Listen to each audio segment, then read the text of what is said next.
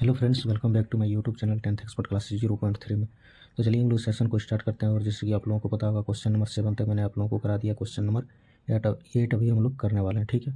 तो चलिए 8 का सॉल्यूशन देखते हैं। सबसे पहले सॉल्यूशन करने से पहले आप लोग इसका एक बार क्वेश्चन पढ़ें कि क्वेश्चन में क्या दिया हुआ है, ठीक है।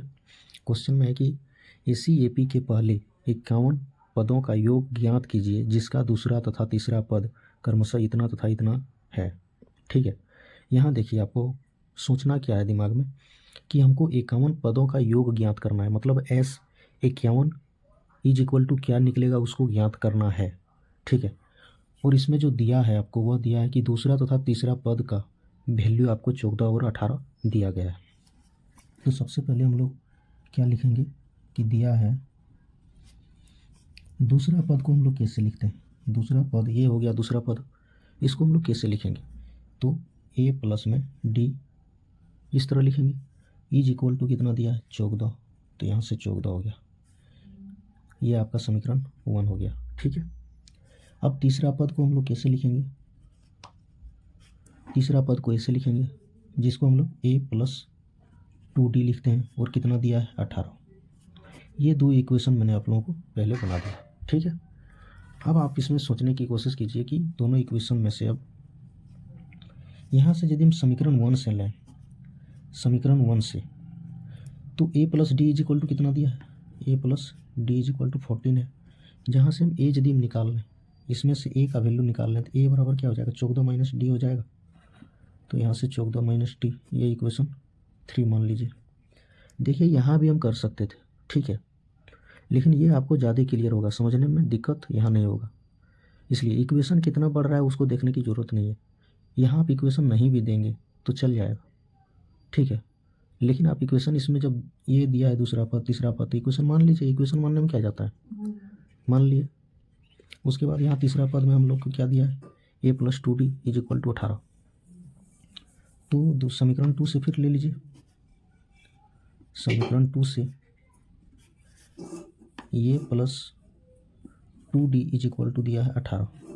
जहाँ से यदि हम A का वैल्यू निकाल लें तो यहाँ से क्या निकल जाएगा 18 माइनस में 2D, ये इक्वेशन 4 हो गया।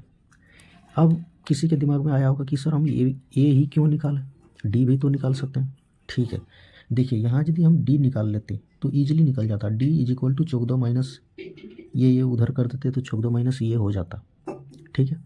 लेकिन यहाँ यदि हम डी का वैल्यू निकालते तो यहाँ देखिए डी संभव था क्या, थोड़ा सा डिफिकल्ट हो जाता। संभव सब में डी का वैल्यू निकालते तो ये सबसे पहले उधर जाता, मतलब 18 माइनस ये होता, और बटे में फिर क्या होता 2, क्योंकि 2 गुना में है तो उधर करेंगे तो ये भाग में चल जाएगा, तो थोड़ा सा दिक्कत होता। इसलिए A का वैल्यू ही इसमें अधिकतर निकाला जाता है, ठीक है। अब देखिए इसमें जब आपका A2 A3 हम निकाल लिए, अब दोनों इक्वेशन को क्या करना है, बराबर कर देना है। यहाँ से आपका D निकल जाएगा। कैसे निकलेगा देखिए, समीकरण 1 तथा समीकरण 2 से ये यहाँ भी बराबर है इतना, ये बराबर इतना है, यहाँ ये बराबर इतना है, तो ये यहाँ दोनों इधर बराबर है, लेकिन ये दोनों क्या बराबर है नहीं है, तो इसको बराबर कीजिए पहले। इसको बराबर यदि कर देंगे तो ये 14 माइनस में डी और ये 18 माइनस में डी हो जाएगा, ठीक है। तो यहाँ से 18 माइनस में 2D होगा। तो यहाँ क्या करना है, 14 माइनस में 18 और बराबर ये माइनस में 2D और ये डी उधर चल जाएगा प्लस में डी, ठीक है। तो यहाँ 14 में से 18 घटा देंगे, कितना बचेगा, माइनस में 4 बचेगा, और इधर 2D में से एक डी को घटाएंगे तो माइनस में डी बचेगा। माइनस से माइनस खत्म हो जाएगा। जब माइनस से माइनस खत्म हो जाएगा तो यहाँ से इसीलिए डी का वैल्यू कितना निकला 4, तो यहाँ से डी का वैल्यू आपका कितना निकल जाएगा 4। जब हम लोग का डी का वैल्यू निकल गया तो हम लोग समीकरण 3 4 कहीं रख देंगे तो हम लोग का क्या होगा, ए का वैल्यू निकल जाएगा। तो समीकरण 3 से ले लेते हैं। समीकरण 3 से d इज इक्वल टू 4 रखने पर, समीकरण 3 में d इज इक्वल टू 4 रखने पर, तो d का मान जब रख देंगे समीकरण 3 में, क्या दिया है 14 माइनस डी, मतलब ये बराबर आपका हो गया ये 14 माइनस में डी, और डी की जगह कितना है 4 है, तो ये बराबर ये 14 माइनस 4 जो कितना हो जाएगा 10। ए का वैल्यू निकल गया यहाँ 4, ए का वैल्यू यहाँ निकल गया 10। ठीक है, जब दोनों का वैल्यू निकल जाए तो हम लोग को अब क्या दिया है इसमें देखिए 51 पदों का योग ज्ञात कीजिए। तो यहाँ से अब हम लोग फार्मूला लगा लेंगे और निकाल लेंगे। तो निकालिए इसको फार्मूला लगाकर, S51 इज इक्वल टू ये होगा n/2, फार्मूला होता है 2a प्लस में n-1 और इंटू में d।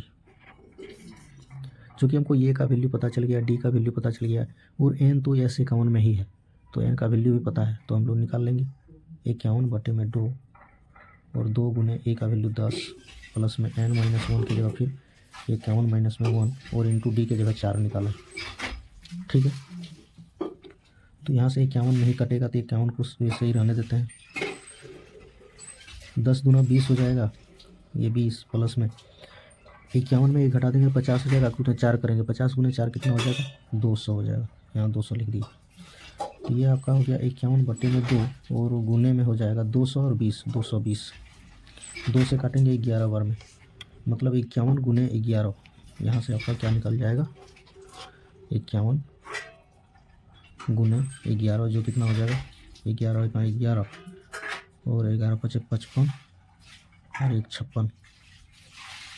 ठीक है, यहाँ आपका 561 और 1 0 यहाँ आपका था, तो 1 0 यहाँ आ जाएगा, क्योंकि 220 था 11 में कटा तो 110 हुआ और यहाँ 156 10 हो जाएगा। ठीक, ये आपका क्या निकल गया SN निकल गया, S51 निकल गया। इसलिए आप नीचे आप लिख सकते हैं कि S51 इज इक्वल टू 56 10 क्या होगा आपका आंसर होगा। ठीक, उम्मीद करते हैं कि आप लोगों को यह वीडियो पसंद आया होगा, देखिए और समझ में भी आ गया होगा, क्योंकि मैंने बहुत ही आपको धैर्यपूर्वक बताया, ऐसा नहीं कि हड़बड़ी में कुछ भी बता दिया। ठीक है, अब हम लोग मिलते हैं नेक्स्ट वीडियो में, अभी के लिए इतना ही, थैंक यू।